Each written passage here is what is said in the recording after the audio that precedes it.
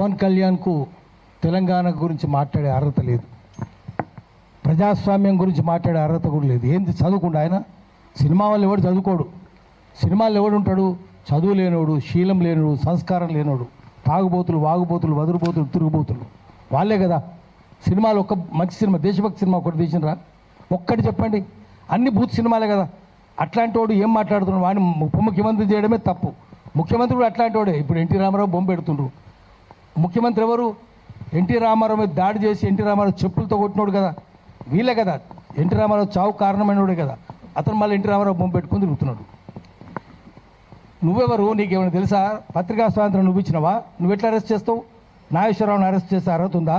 పాసం యాదగిరి గారు ఉన్నారు. ఆయనంటే నాకు చాలా ఇష్టం, నాకు ఆయనంటే గౌరవం. ఆయనంటే ఇదే ఇంట్లో ఆయన కూర్చోబెట్టి ఒక 2-3 గంటలు మాట్లాడాను ఆయనతోటి, పాసం యాదగిరి గారితో. ఆయన వల్లే, ఆయన మాటల్లోనే వచ్చింది మాకు దామోదరం సంజీవయ్య గారి గురించి.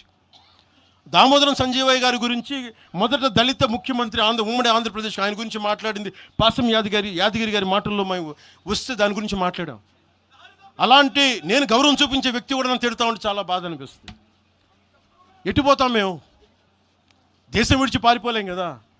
నా నేల విడిచి ఈ నది, గోదావరి నది, కృష్ణా నది ఈ నేలను విడిచి పారిపోద్దా? పవన్ కళ్యాణ్ ఈ నేల విడిచి పారిపోతాడా? ఎక్కడికి పారిపోతాం మేము? ఎక్కడికి పారిపోం. ప్రజల మధ్య వైషమ్యాలు పెట్టకండి.